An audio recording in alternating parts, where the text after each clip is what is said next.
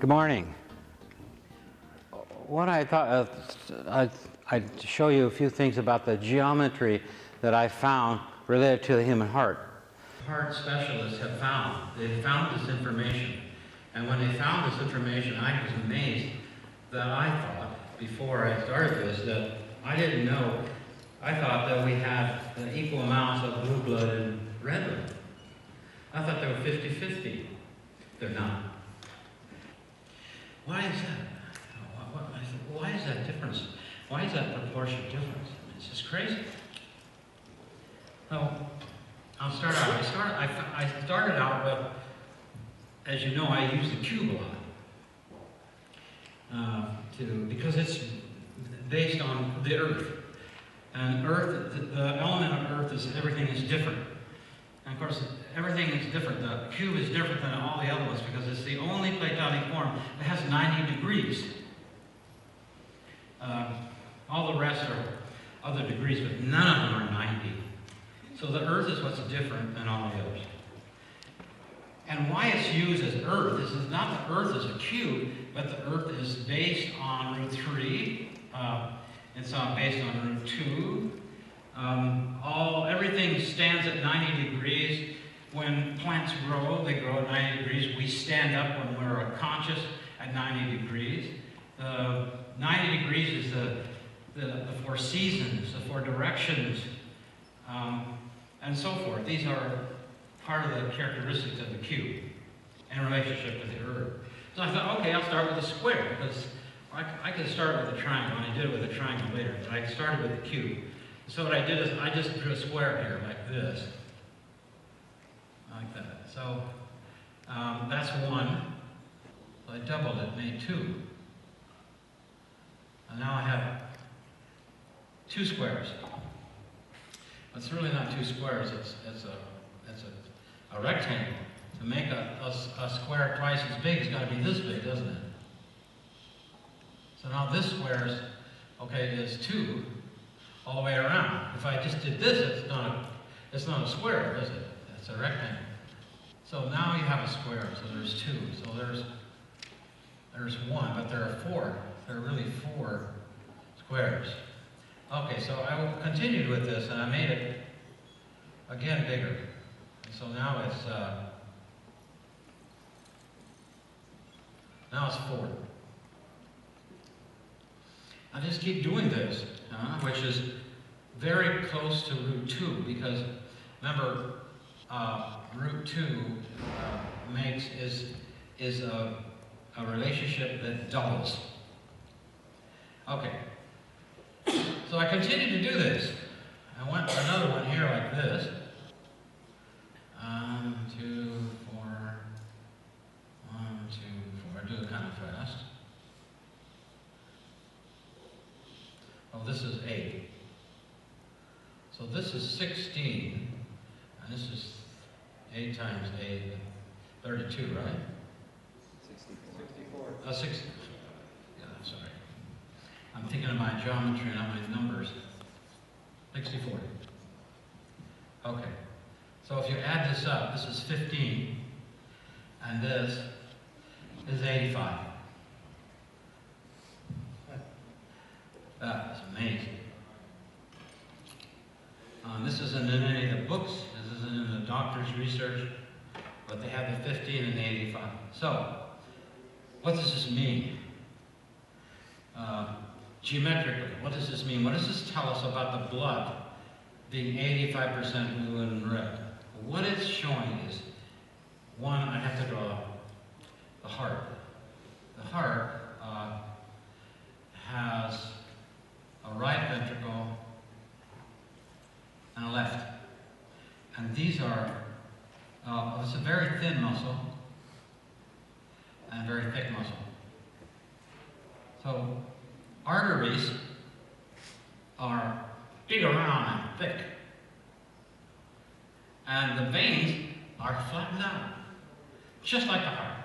So, in my thinking, this is an artery and this is a vein, but it's enlarged. So, this guy is very strong, this one isn't. But what I found out was that this, from here to here, which is the red blood,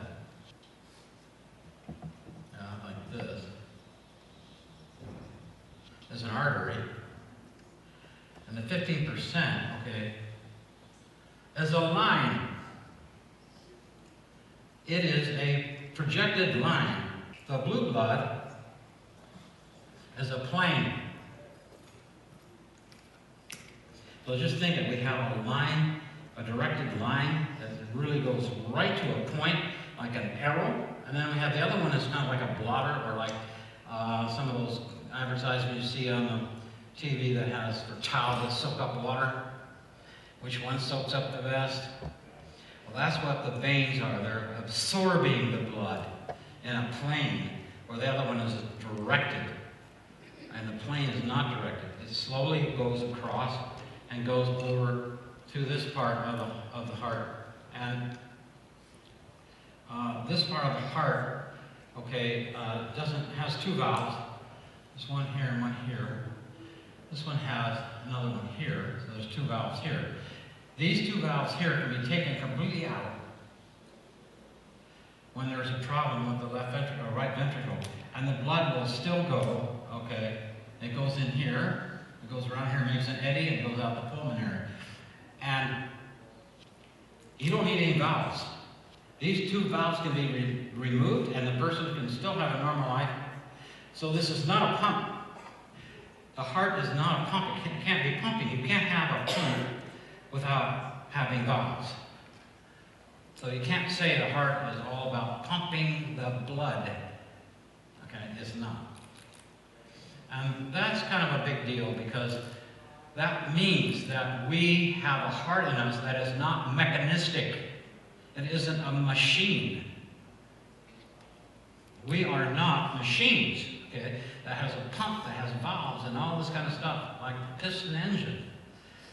Piston engine, and all of our research is all based on explosion. It's all about exploding. Okay? The human being, and the way the blood moves to the heart and how it gets to the heart and leaves the heart, is based on suction. Suction is coming from vortexes. So it means that the blood is vortexing through our body. Okay? Through suction, not pressure. So there's a whole new technology that's been hardly touched at all, based on suction. And the past is all based on pressure. So we need to work on suction now. We need to work on what sucks. And that is really vortexes. And vortexes are moving in spirals. And if you think about it, if you look at the whole planet, all the trees, okay, all the trees that are coming all the way around the planet are vortexes. That's how they grow. If you watch your leaf patterns, the branching, and so forth, a lot of them are based on the golden section, the golden mean, the 0.618. So I don't know how to tell you that you can use suction in industrial design or in graphic arts or in painting and so forth. But I'm telling you that there's nothing wrong with trying to look at it. Try to look at this new way of looking that's not based on explosions, but implosions. The difference between explosion and implosion. Implosion is based on suction. Okay, so to go back to this, I think this line on here, and proportions or ratios or numbers. The inside of the heart, okay, The red blood holds 3% of the blood, of the red blood. Okay, and the left ventricle, right ventricle holds 4% of the blue blood. Okay, so the rest of the red blood, okay, is 15%, so that's 12%, okay, until the very end of the capillaries. Now what's interesting about that is the heart is based on 7. Geometrically, and its volume of blood, lead and blue, is still based on 7. And also, if you take the 3 and the 12, okay, I got 15%, okay, equals 15%. This, okay, is how many edges the chestahedron has. It has 12 edges. It also has 3 pentagrams, which are quadrilaterals in the chestahedron, and has 4 triangles. So just on numbers alone, you could see that there's a relationship between form and function. Between this particular form that I have to discover, has this relation, and the geometry in it. Geometry between a line and a plane. Of course, the next thing is to make it, three-dimensional. So there is a relationship between 3 dimensions and 2 dimensions. So there's a relationship between root 2 and root 3 and root 5 that we can study and learn about and apply in any way we want in arts or in design. And this is the best school in design on earth. So I figure this is right up your alley. We're now not a group anymore. We are individuals. So we have to think individually, not as a group. So to get associated with a group is fine, but realize that we are still an individual. So, and the geometry that shows that. Now, any questions that you have, I have things on my computer that I've made that I didn't bring that may help answer questions if you have any.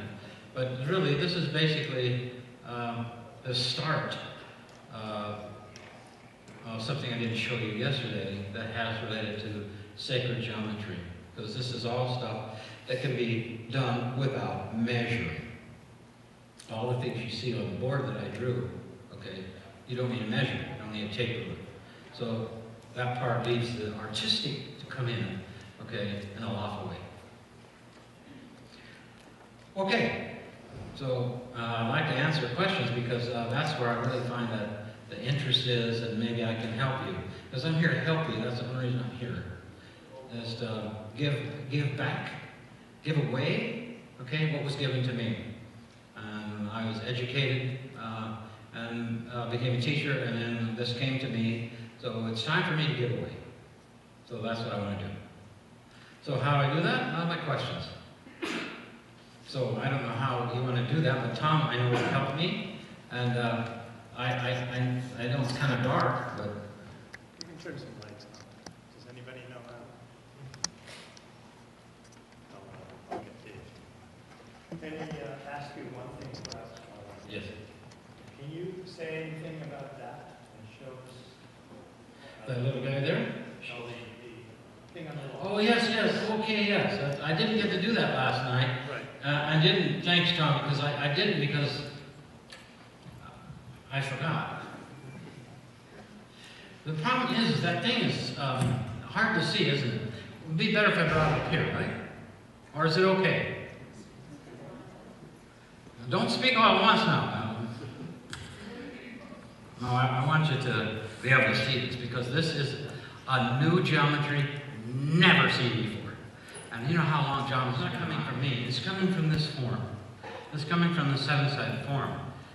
The 7-sided form is really interesting and what happens to it, because if you take the cube and you put an octahedron in it, like this, the points of the octahedron exactly in the middle of the face. Again, the point and the face is right in the middle of the face. That's how you get a dual. So that this is exactly the opposite, a reversal of when I'm holding the cube, because it's from points to planes. I did the same thing with this. I found out exactly where the middle of this plane is on this weird shape. This is called a quadrilateral. But you know from yesterday that it comes from a pentagram, a simple pentagram here. So you know that I'm holding this shape right here. That's this shape. Like I showed you, you just have to enfold this into 4 and then into 3. And there's just a heater.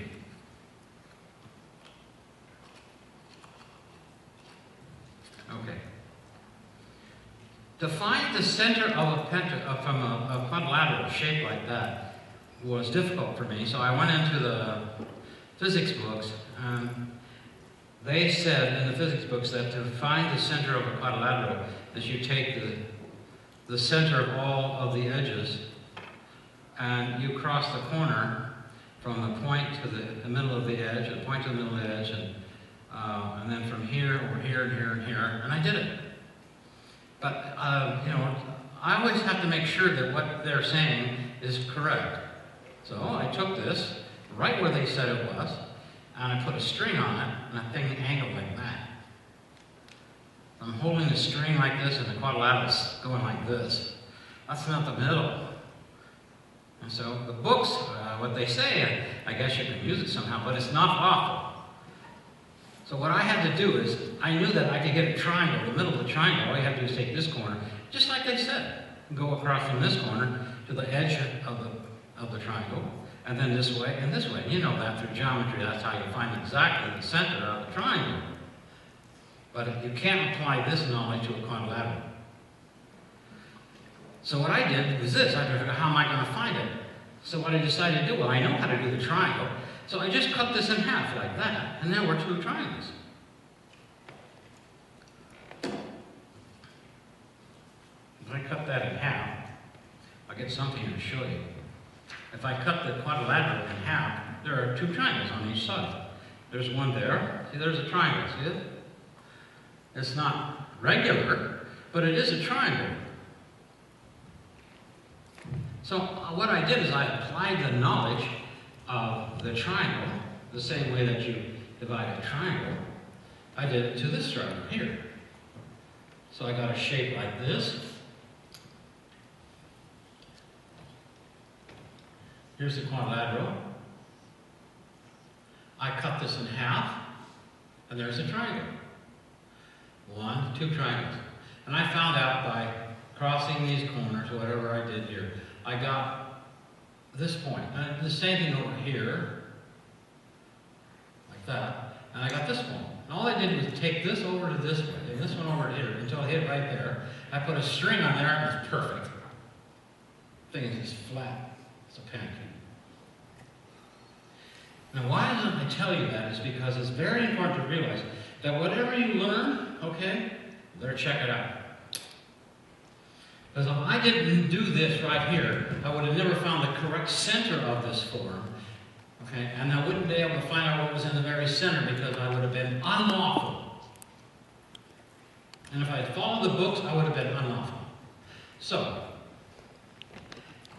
I found out that if I find the center of this one and this one and this one, it makes a triangle.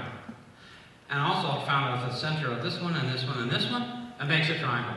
2 triangles, but they're different in size. One is bigger than the other. Okay, so what do I do with that knowledge? Well, as you know, when I put this through the water process, I spin it. If you spin a triangle, it makes a circle.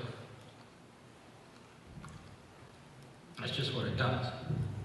And so I had 2 circles. I had one here, and then I had the center, and the other one was here, which was bigger. Center was here. I know the distance between here, between the radiuses. I know the distance from here to here, because I can measure. I can measure between these 2 triangles. That's easy. And also, it's easy to make the circles because they're here. And then what happened is they overlapped. And of course, you know yesterday, if you take this across here, I'll put in another color, that was root 3. and two equal circles. But this is not equal. You see, this arc is not as large as this one. Okay. So, what do I do with this? What I decided to do was to take the bigger circle on the smaller circle, right here. This is the smaller circle.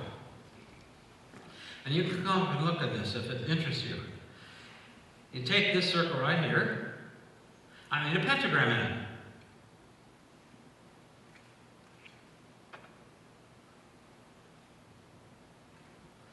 And that circle. Then I wanted to find out, well, what kind of relationship does the pentagram have to this? Because this circle's big. And here's the line I was telling you about. It's right here, across there. Okay. So in projective geometry, this is how it works. Projective geometry is a development of the perspective geometry. The perspective geometry goes to one point, for instance. Not 2 points or 3 points. I'm just going to use 1 point perspective. And when it goes to a line, which is the horizon, in perspective geometry, it stops at the horizon.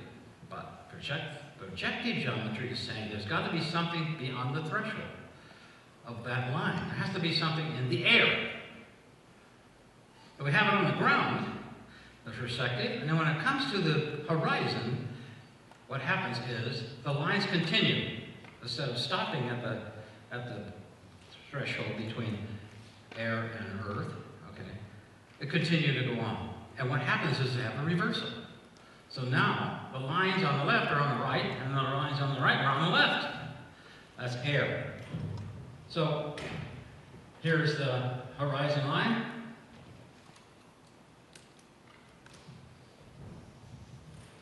And 1 point perspective is like this. Here's the railroad tracks. On the trees or the telephone poles. Huh? You see how long time I've done this? Huh? 1 point perspective right here. Projective geometry goes beyond that and makes this over here, and now up here we have something new. So I took that principle in this drawing, and this is what happened. Right here, I took the projective geometry. Right there is where we have the threshold. But this is a circle threshold, which is the Earth. And so I reversed it and went up here on this side. I started here, and I went up right up to there until it hit the bigger circle right there. I did the same here. I went over here, reaches the same point. I'm hoping everybody can see this, but if I take it right up here like this, it hits the circle there. And I take it here, cross it, it's a circle here. Now, this distance from here to here, I do a circle, like that. You can see it if you come up here. You'll see that circle between these 2 points. I took those circles, I thought, well, I wonder how many circles I can get that size. And so I went around here like this, and I got 7. 7 divisions, perfect. I didn't have to measure a thing. And I did not do this. There's no way I could have done this without this. That's why it's never been done before. Because how would you know what size circle to make this in relationship to this proportion to know that you could divide this exactly into 7 and this into 5, which is 12. The Chesterhedron has 12 edges. This is what's inside your heart. You have this geometry inside your heart beating, moving blood less than 1 second all the time, your whole life. And this is part of the geometry of it. So, it created a new star. And this is the new star right here. This little guy right here is a new star. And still a pentagram, but it's not regular. It's flat on the bottom. It's more pointed at the top. It's made up of 5 and 7. How do you bring 5 and 7 together and make a new star? Well, I don't know how you do that. It just happened. And there it is. There is the 5 at the top, and here's the 7. So this is really what's happening, is that this is moving around like this, and this is more peripheral, and then when you get to the 5, it's centric. So this is all based upon a center, And if you go this way, it's all about the periphery. So here you have another balance between going into the center and going out, and not being stuck between any of them, not getting stuck on the 5 and not getting stuck on the 7. And that's what the heart wants to do, is to get itself balanced. And now we have a new geometry, okay? And there are 12 stars. There are 12 stars. There are 5 down here, and there are 7 up here. But if you count my stars, there's only 11.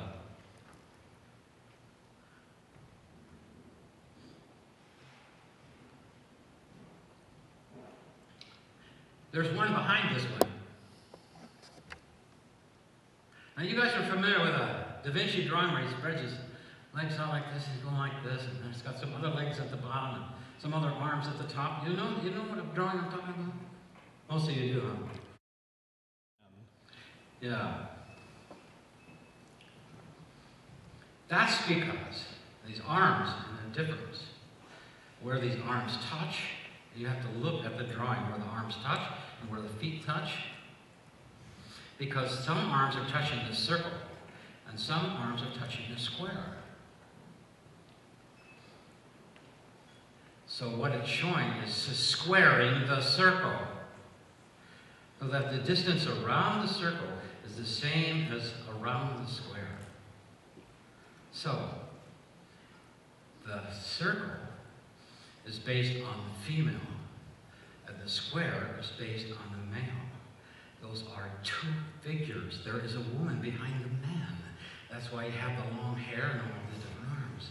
There's 2 individuals. That's what's happening here. You have one behind the other that you don't see, but it's there. So, what else can I tell you about this except that it's a balance between the outer and the inner, which is what the blood is doing. Blood is not inverting. The blood is not doing this. And when you see the torus, that's not the way our heart works. Okay? That's this torus shape you see around a lot.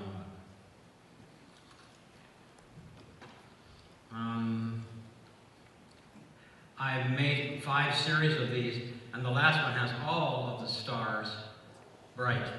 So I kind of looked at it as a way of, these are after images. They're the image after the 4 moves. And so I have this online on my website in motion, like this. And it shows this one going around here, and then it stops, it goes here, here, here, around, it counts. And to come back to the original spot, because if you go like this, okay, and then you go to the next one, it's here. This one becomes here. And then you go around again, and then this one becomes here. And I found out that it goes around to its original position after 36 turns. 36 turns to go all the way around to its original position. Okay. This is 36 degrees of arc. This is also 36. This is 72. 72 is how many times our heart moves in 1 minute. 72 beats per minute. It's also the age of 1 solar year of the sun behind the earth, and the way it moves takes 72 years. So even the numbers are related to the heart. If you divide this in half, which I had to do, is the 18 degrees.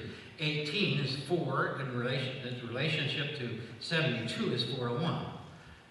Every time our heart beats, okay, 4 times, the lung moves 1 time. So inhalation, okay, is 1 beat compared to the heart, which is 4. So the heart is beating 4 times as fast as the lung is moving. And that's even in the geometry. So I think that pretty well explains this. But the heptahedron is a gorgeous geometric form, and of course so is a pentagram. I brought those 2 together. Okay, I think I've said enough on that drawing, except it's a brand new geometry discovered in the 21st century. It's new. Never been here before again. I put everything on the internet. I put everything on my site, frankchester.com, for you. Okay? I keep no secrets. I give them all away.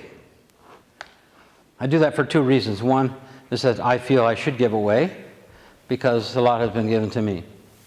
And also, it's my protection. There's too many stories about people who do stuff like this and then they disappear. Yeah? And the only reason they disappear is because the person who takes them away, if I can use this kind of a gross example, and they disappear and don't come back, and don't know where they went, and there's the work, and what happened, what is, and all. The reason they do that is because they're keeping a secret. And this force wants that secret. So if I give everything away, there's no secret. Yeah? Nobody's after me. I don't care. They go online, there it is. So it's a form of protection. But it's also to help you guys. If you find a way to apply this. You know, it's interesting. Tom just showed me his computer there. I've been working 12 years on this, right? And I've used the computer none of the time. Nothing is coming from the computer. None of this. I've never used it except for a PowerPoint presentation. I've never used the computer for any of this. Why? Because I want the will to come out of my fingertips, not in buttons. I want the will that I have to come out in developing my capacity to build and see and bring in through my hands what's coming, okay? I'm not putting it into a machine. But the machine is very important. That machine we need to use, okay, if we need it. But only when we need it. Oh, these are YouTubes. There's a lot of stuff on YouTube that came in. I didn't put anything on YouTube, not one thing. They come from lectures that people film and then they put it on. And I don't care. Oh, you see what good help I have? All right, there it goes.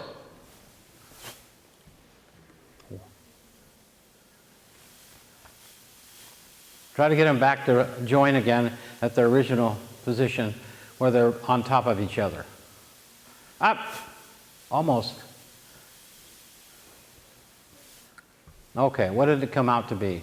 Oh, there it is. This is how it's moving. It is 35.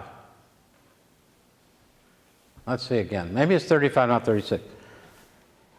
The angle of the pentagram is really a root 3 is 35.4 something, so it's very close to the 36. Yeah, it's 35. Did you guys have any questions on any of that? On that, this is two-dimensional, huh? I made this three-dimensional, though. I didn't tell you this. I made this into 3 dimensions. I made this a sphere and this a sphere. I put them together, and I tried to find out what these were. And you know what these are? They're 2 cones. One is like this, and the other one's like this. They're beautiful. 2 cones interrelated. And you know, this one here, like I showed you, remember I showed you last night that's a cube. That's a cube there. All I have to do is pull it up, right? Remember that?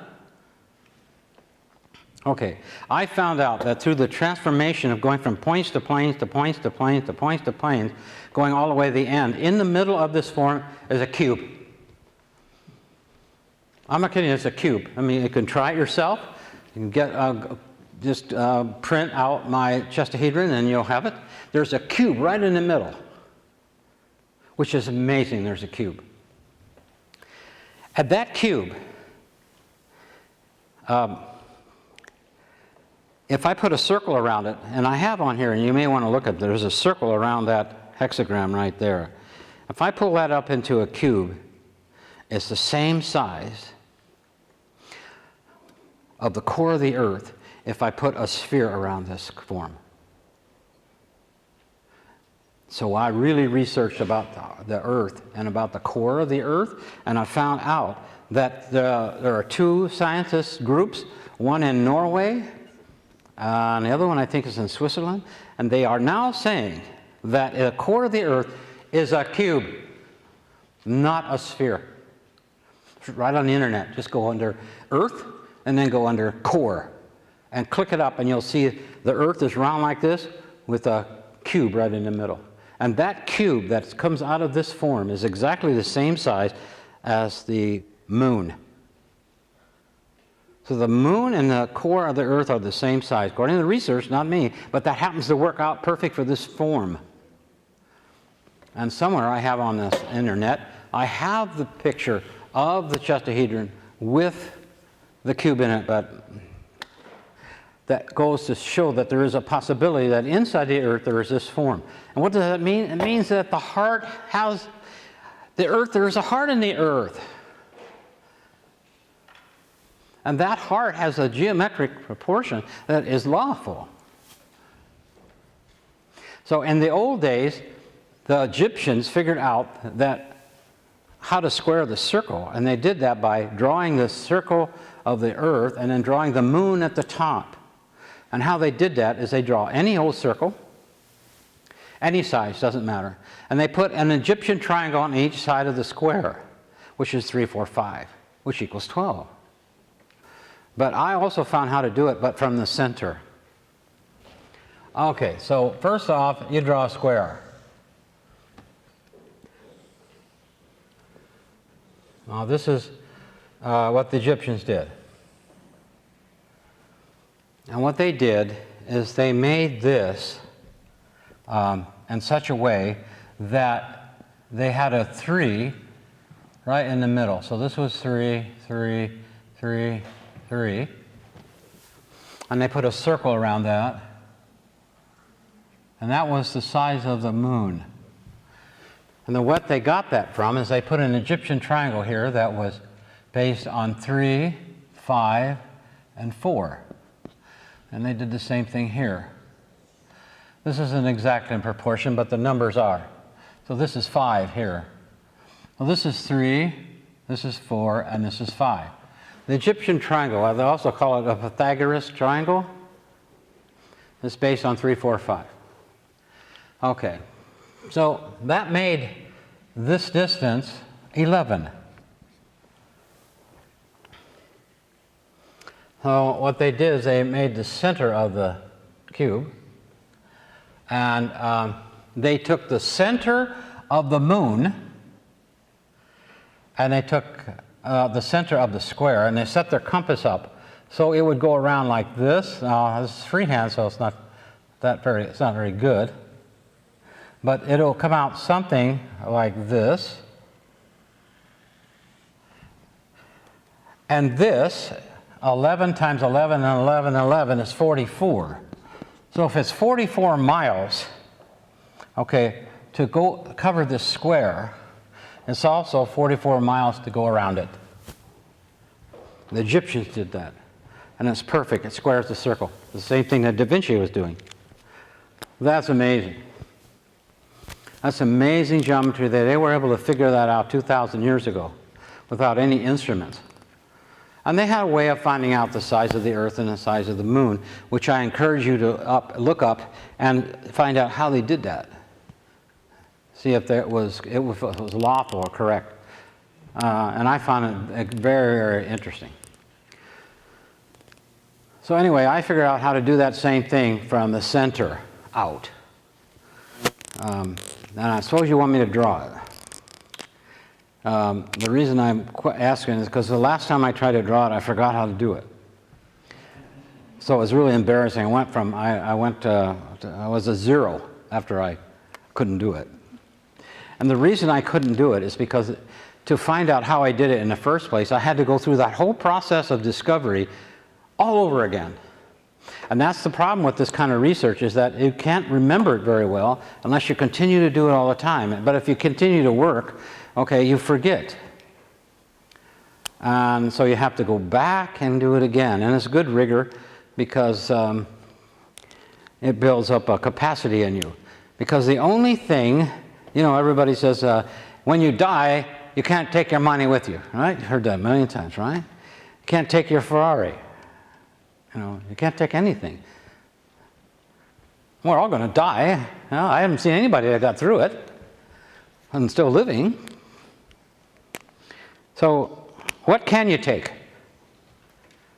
Now, I've found the only thing you can take when you die is your capacity that you've developed on the earth. The capacity goes across. All right, anything else? The 3, 4, and 12 on the blood all relate to oh, the yes, yes. How does the remaining 81 relate to? How does what? The remaining 81. The remaining 81. The remaining 81. Well, you have to remember that there's 3% taken away from 15, so there's 12, right? And then the 15 taken away from 100, which is 85, so there's 4 that's in the heart. So 4 from 85 is 81. Is that the question? Yeah, how does that relate to the chestahedron? To the what? To the chestahedron. Oh, it doesn't. She wants to know why, if the chestahedron is a platonic solid. I just said it's not, but you explained. Yeah. It's not a platonic solid. So I'll give you the characteristics of a platonic solid to show you why. Platonic solid has the same face, polygon, shape everywhere. This doesn't. There are 2 polygons. There are 2 polygons that are different. This is a triangle and this is a quadrilateral. These are all square, square, square, square, square, square. Not this. Okay, so another characteristic of platonic solid is that the distance from the center to the vertices, or the corners, is all the same distance. Distance, same distance, same distance, same distance. This isn't. From the center of this form out to all the points, they're all different. So it's not a platonic form based just on those 2 characteristics. Now, platonic forms have a lot of characteristics. I don't need to cover them all, but those 2 are important. But the thing is that it does have a relationship to the platonic forms because that's where it comes from. It comes from a tetrahedron. And also, this surface and this surface are equal in size, area, and so are these. And that was my original intent, was to find a 7-sided form that had equal surface areas. So if this is 2 by 2, then area is 4. Now, this is this is the same area as this one, and the mathematics shows it. So it has some characteristics like the platonic forms, comes from the platonic form, but it's different. Why? It's uneven. All platonic forms are even numbers. This is an odd number. And I think this is why they avoided in the past, because many people think that before our time, when we're all alive now, all the history before was that they couldn't deal with uneven, asymmetrical forms. The human being could only tolerate regular forms, but now we can tolerate asymmetrical forms. The building? And the building. Yeah. How does the sound come out, the harp sound? Well, the man who made one is it's almost 16 feet high. I think that's huge. He wants $45,000 for it. So it's all made out of stainless steel, whatever. And what happens is the wind goes through it. Okay, it goes through these strings, and it creates a vibration. So the faster the wind goes through or the slower it changes. Now, I haven't heard it because he lives in Arizona. I haven't heard it. But what I was going to do in the building is that I was going to have all these strings that can be tuned. You know, they can be tuned. And then they can be pizzicato, or they can be plucked, or they can be run a bow across them. Okay, so there can be, like 12 people on this side. I divided it into 12 bows, okay, with the different pitches. Who knows what that would do, what it would sound like. That'd be fantastic, and especially the size of this building is the size of the musical instrument.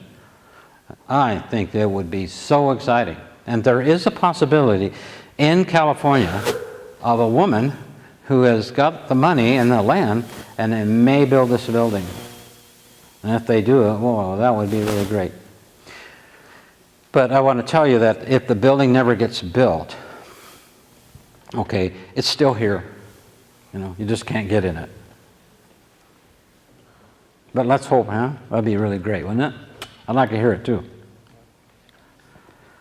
That probably will open up another whole volume of information. Oh my gosh, yes. I mean, just think, there's never been any who's architecture people in here?